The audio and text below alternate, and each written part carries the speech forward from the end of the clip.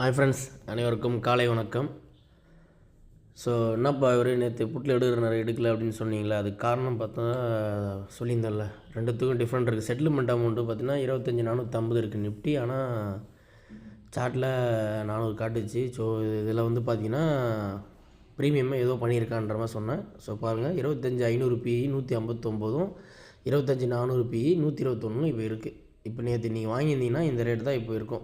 ப்ளஸில் வாங்கியிருந்தால் மைனஸ் ஆகிருக்கும். ஆனால் வந்து பார்த்தீங்கன்னா நேற்று எவ்வளோ இருந்து பாருங்கள், 193, 143. ஸோ 25,500 193லேருந்து 60, கிட்டத்தட்ட 30, 2,000 இதிலே லாஸ் எனக்கு. மார்க்கெட்டு இன்றைக்கி ஓப்பன் ஆகும்போது ஃப்ளாட்டாக ஓப்பன் ஆனால் நம்மளுக்கு ஆல்ரெடி 30 பாயிண்ட் லாஸு. 25,400 140 நான் வாங்கியிருந்தேன்னா அது வந்து 121 தாங்க ஆயிருக்கு. ஸோ இதனால தான் நான் வந்து 3.29 அனலைஸ் பண்ணி இது வேலைக்கு ஆகாது, இந்த ட்ரேட் எடுக்க முடியாதுன்னு சொல்லி தான் எடுக்காமல் விட்டுருங்க. இது பார்த்துங்க. ஸ்பைக் பார்த்தீங்கன்னா அப்போ 10% இருந்ததுங்க. விக்ஸ்ன்னு சொல்லுவோம்ல, அதுவும் செக் பண்ணேன். ஒரு நிமிஷங்க. இது வந்து பார்த்தீங்கன்னா நேற்று கொஞ்சம் அதிகமாக இருந்தது. பர்சன்டேஜில் பார்த்தீங்கன்னா தெரிஞ்சிருக்கும்.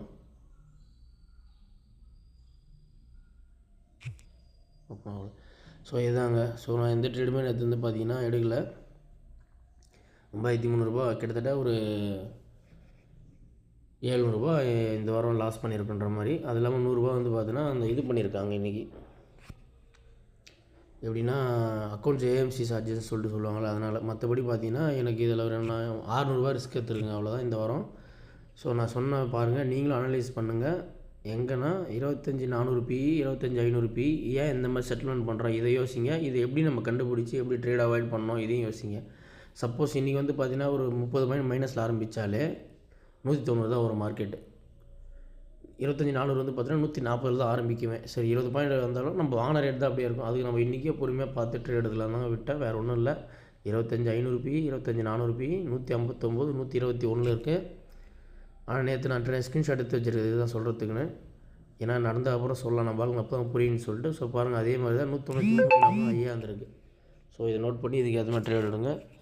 மார்க்கெட் வந்து பார்த்தீங்கன்னா பர்சன்டேஜ் ஏறுங்க. 40 400 போவான், 30 300 போவான். அது வந்து எல்லாருமே எடுப்பாங்களான்றது நீங்கள் யோசிங்க. யாரும் எடுக்க மாட்டாங்க. அது மாதிரிலாம் கரெக்டாக வந்து 30 வாங்கி 300 விற்கிற மாதிரி யாரும் பண்ண முடியாது. அதுக்கு நடுவில் தான் விற்றுட்டு வந்திருப்பாங்க. மார்க்கெட்டு முடிஞ்ச அப்புறம் தான் நம்மளுக்கும் தெரியும், ஓ இவ்வளோ போயிருக்கு.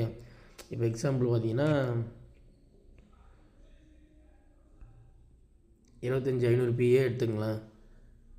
இதை பாருங்கள், கிட்டத்தட்ட 30 எவ்வளோ போயிருக்கு, 200 போயிருக்கு. ஆனால் இந்த 30 பிடிப்போமா, பிடிக்க மாட்டோம். ஏன்னா 25,500 அவுட் ஆஃப் த மணியில் வாங்க மாட்டோம். ஸோ முடிஞ்ச அப்புறம் தான் சொல்லுவாங்க எல்லாம். அதை நீங்கள் நோட் பண்ணிங்க.